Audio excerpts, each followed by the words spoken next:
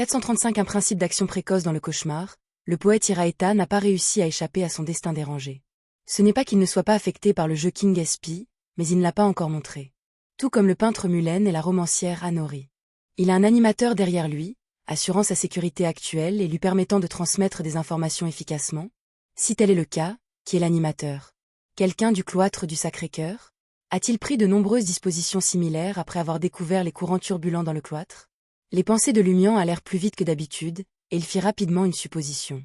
Il retira ses pensées et se concentra sur l'observation des changements dans son corps après avoir consommé la potion. En plus de sa perspicacité accrue, de sa pensée plus nette et plus claire et d'une série de manifestations spécifiques, comme une intelligence améliorée et la capacité de fabriquer des excuses pour convaincre les autres, il possédait également des super-pouvoirs en matière de mauvaise orientation, de confusion et de tromperie. Ces capacités étaient des éléments essentiels des conspirations, mais un conspirateur qualifié ne les utiliserait que subtilement et à des moments critiques. Dans des circonstances normales, ils ont fait de leur mieux pour s'appuyer sur leur intelligence pour empêcher des cibles ayant des antécédents de détecter l'existence de superpuissances et de comprendre leurs plans. Semblable à trompeur, il existe une autre capacité appelée incitation ou instigation. Cela ressemble beaucoup à l'instigation de la démone. Et lorsque Lumian jouait pyromaniaque, il incitait consciemment les autres à allumer les flammes dans leur cœur. Lumian n'a pas pu s'empêcher de marmonner. Mon jeu d'acteur est-il trop avancé ou la voix Hunter s'approfondit-elle dans certains concepts? Agir dans une étape précédente est-il une capacité aux étapes ultérieures? Oui, la potion conspirateur tourne autour des complots. Il n'y a pas d'amélioration qualitative au combat. Après confirmation répétée, Lumian s'est rendu compte que son physique s'était amélioré dans une certaine mesure et que son contrôle précis des flammes s'était amélioré. Il n'avait plus besoin de compter sur Fire Raven, Fireball, Spear, Fire Serpent et Firewall à chaque fois. Il pouvait donner aux flammes différentes formes, comme des fouets et des sabres. De même, la difficulté de comprimer à plusieurs reprises les flammes pourpres pour former des flammes blanches incandescentes a diminué. Le temps nécessaire a été considérablement réduit, et selon l'aspect spécifique de la flamme et la densité énergétique, il variait entre 1 et 3 secondes. De plus, Lumian pourrait temporairement fusionner son corps avec le feu. Il pouvait utiliser des boules de feu et d'autres projectiles pour changer rapidement de position, soit en échappant à la portée d'attaque de l'ennemi, soit en réduisant la distance. Cela a permis à Lumian d'avoir plus d'options au combat. Il n'avait pas besoin de compter sur Spirit World Traversal à chaque fois. Conspirer avait également amélioré sa spiritualité.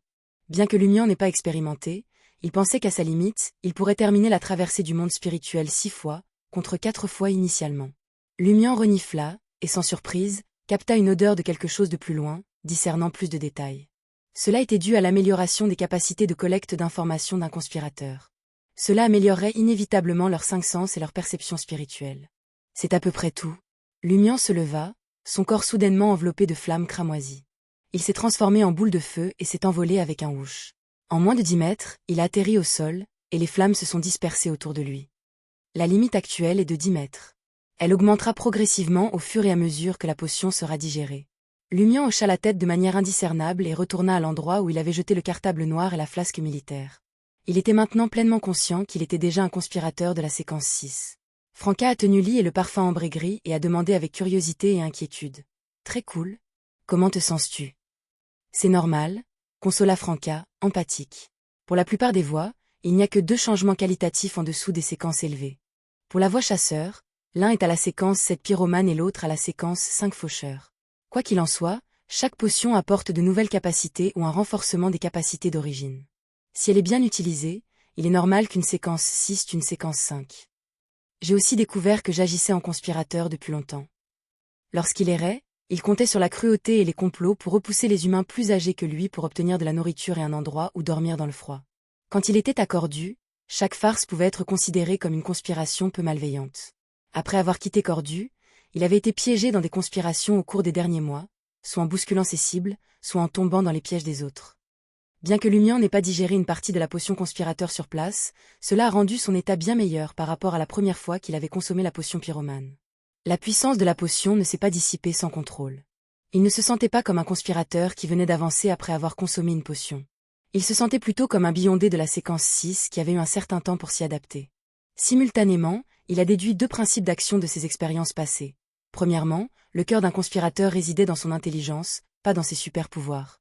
Deuxièmement, la clé d'un complot résidait dans la dissimulation de ses véritables motivations. Dans le passé, les principes d'action étaient dérivés étape par étape, conduisant à une digestion substantielle de la potion. En revanche, ces 2 principes d'action ont été accumulés à partir d'expériences passées. Bien qu'ils ne puissent pas directement entraîner la digestion de la potion, ils ont facilité l'action ultérieure de Lumian, réduisant le temps qu'il lui faudrait pour digérer complètement la potion.